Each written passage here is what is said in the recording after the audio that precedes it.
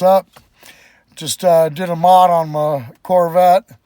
It's got a flat door panel, so I went and got some, went on eBay and got me some nice little armrest, leather armrest embroidered, say Corvette on them. Check it out. Kind of breaks up that door panel. That door panel was just kind of just all gray and nothing in the middle of it. There's the other one. Say Corvette down on there. But with the black on top and just being all gray, it really didn't look that well. And you know what that really does, kind of break it up and kind of make it really look good. That's the, you get the door open up, it looks really good. Yeah, you can get them on eBay, about 140 bucks.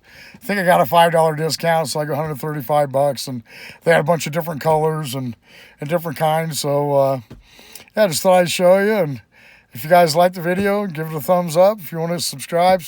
And you guys have a great day. Talk to you later.